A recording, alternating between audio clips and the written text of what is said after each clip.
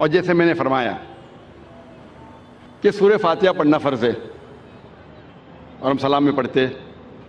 الحمدللہ رب العالمین، ساری تعریفیں اللہ کی ہے جو رب ہے سارے عالمین کا، الرحمن الرحیم جو رحمان اور رحیم ہے، مالک یوم الدین جو مالک ہے قیامت کے دن کا، ایاک نعبد و ایاک نستعین، ہم تیری عبادت کرتے ہیں اور تجھی سے مانگتے ہیں، اہدنا الصراط المستقیم، ہمیں سیدھا راستہ دکھا، صراط الذین انعمت علیہم غیر المغضوب علیہم ولا الضالین، وہ راستہ جن لوگوں پہ تو نے انعام فرمایا اور جو بھٹکے ہوئے نہیں ہیں۔ تو جب ہم سورہ فاتحہ پڑھ رہے ہیں اس کے ساتھ ساتھ اگر ترجمہ دہرائیں گے تو انشاءاللہ ہمارا ذہن نہیں بھٹکے گا، لیکن جب آپ کو عادت ہو جائیں گی ترجمہ دہرانے کی، یہ بھی میکینیکل ہو جائے گا۔ ابھی آپ کا ذہن کا تھوڑا اور حصہ استعمال ہو رہا ہے لیکن یہ بھی میکینیکل ہو جائے گا۔ آپ سورہ فاتحہ کے ساتھ ساتھ اس کا ترجمہ بھی 100 میل نہیں تو کم از کم 90 میل کی رفتار پہ دہرا سکیں گے، لیکن ابھی کیونکہ ذہن کا کچھ اور حصہ استعمال ہو رہا ہے، آپ کا ذہن بھٹکے گا لیکن کم بھٹکے گا۔ تو ذہن کو بھٹکنے سے روکنے کے لیے آپ کو کیا کرنا چاہیے؟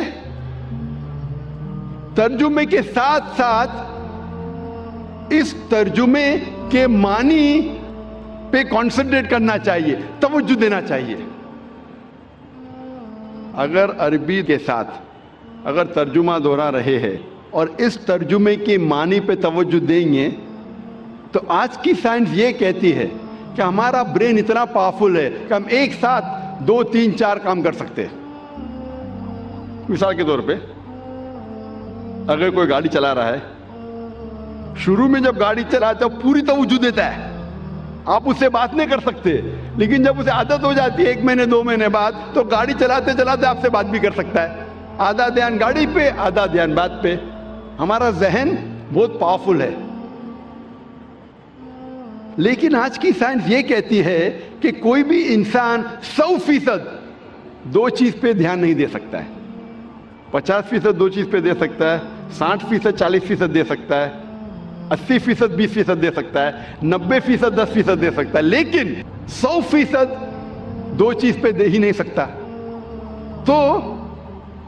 عربی آیت کی تلاوت کرنے کے ساتھ ساتھ اگر ترجمہ دہراتے ہیں، اس ترجمہ پہ آپ کانسنٹریٹ کرتے ہیں، دھیان دیتے ہیں 100%، جتنا آپ دھیان دیں گے اتنا کم آپ کا ذہن بھٹکے گا۔ اگر 100% دھیان دیں گے تو انشاءاللہ آپ کا ذہن کبھی بھی نہیں بھٹکے گا۔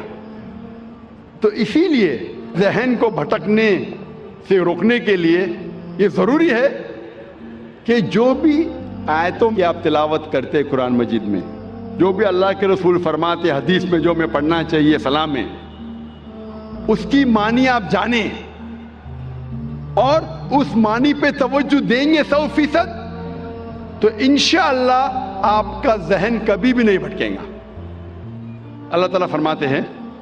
اور اس تقریر کے شروع میں میں نے قرآن مجید کی ایک آیت کی تلاوت کی تھی، سورہ عنکبوت سورہ نمبر 29 آیت نمبر 45 میں اللہ تعالیٰ فرماتے اتلو ما اوحی الیک من الکتاب واقم الصلاۃ ان الصلاۃ تنہی عن الفحشاء والمنکر، تلاوت کرو ان آیتوں کی جو میں نے نازل کی ہے اس کتاب میں، واقم الصلاۃ، اور صلاح کو قائم کرو، ان الصلاۃ تنہی عن الفحشاء والمنکر، بے شک صلاح فاحشی اور برے کاموں سے رکتی ہے۔ قرآن مجید میں اللہ تعالیٰ فرماتے ہیں کہ بے شک صلاح فاحشی اور برے کاموں سے رکتی ہے، جسے میں کہتا ہوں ہدایت کا راستہ، پروگرامنگ ٹورڈز رائچسنس۔ صلاح دا پروگرامنگ ٹورڈز رائچسنس، صلاح رہنمائی اور ہدایت کا راستہ۔ صلاح ہمیں پروگرام کرتی ہے صحیح راستے کی طرف، اور ہم جانتے ہیں کہ سورہ فاتحہ کے بعد ہم قرآن مجید کی چند آیتوں کی تلاوت کرتے ہیں. مثال کے طور پہ سورہ فاتحہ کے بعد امام تلاوت کر رہا ہے سورہ مائدہ کی آیت، سورہ نمبر 5 آیت نمبر 90، جہاں اللہ تعالیٰ فرماتے یا ایھا الذین آمنو، اے ایمان والو، انما الخمر والمیسر، بے شک شراب اور جوا، والانصاب والازلام، بت پرستی اور پھانسے پھینکنا،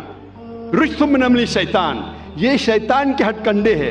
فاجتنبوہ لعلکم تفلحون، ان ہتھ کنڈوں سے دور رہو تاکہ تم فلاح پاؤ.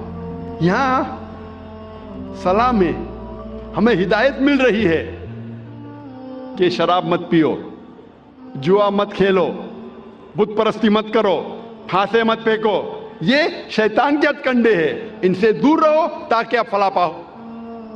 اللہ ہمیں ہدایت دے رہا ہے صلاح میں. ہو سکتا ہے کہ سورہ فاتحہ کے بعد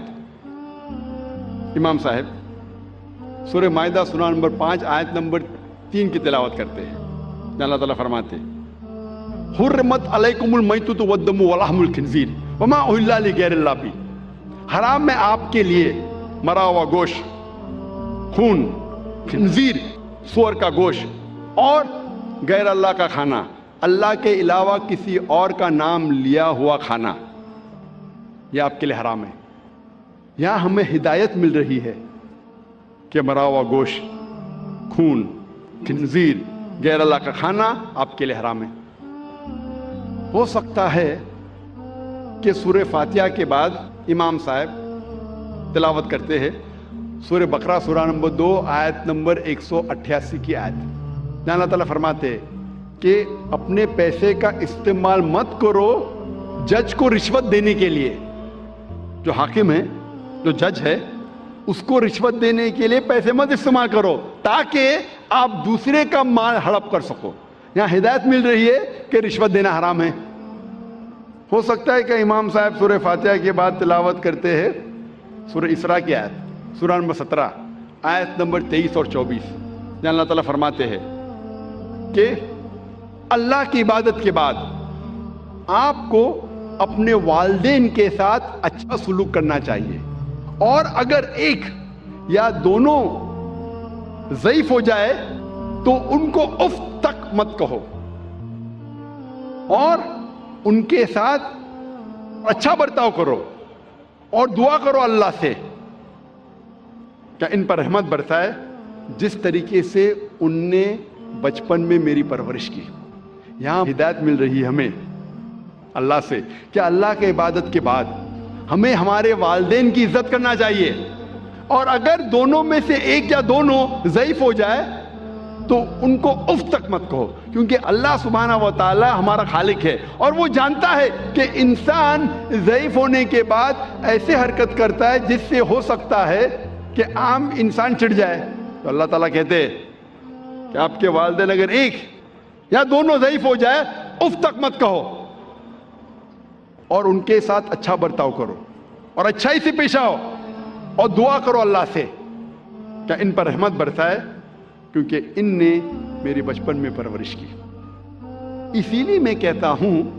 کہ صلاح رہنمائی اور ہدایت کا راستہ ہے. ہمیں صلاح میں ہدایت ملتی ہے. It is programming towards رائچسنس. جیسے میں نے کہا تھا کہ جب بھی پروگرامنگ کا لفظ سنتے ہیں فوراً ہمارے ذہن میں آ جاتا ہے کمپیوٹر. لیکن کمپیوٹر کو ایک بار پروگرام آپ کر لیں یہ کافی ہے، اس کے بعد فکر کرنے کی ضرورت نہیں، کیونکہ کمپیوٹر کے پاس اپنی خود کی خواہش نہیں ہے. جو ہم پروگرام کرتے ہیں وہی جواب دیں گا. لیکن میں نے کہا تھا اگر آپ مجھے اجازت دیں گے کہ انسان کو کمپیوٹر کہوں یا مشین کہوں تو یہ دنیا کا سب سے بہترین کمپیوٹر ہے. اس کمپیوٹر کے پاس خود کی خواہش ہے، اسی لیے ایک بار پروگرامنگ کرنا کافی نہیں ہے، یہ اپنے آپ بھٹک سکتا ہے. کمپیوٹر کو ایک بار پروگرام کرو خلاص وہ ویسا ہی چلے گا جیسا آپ نے پروگرام کیا. لیکن انسان کے پاس خود کی خواہش ہے، فری ول.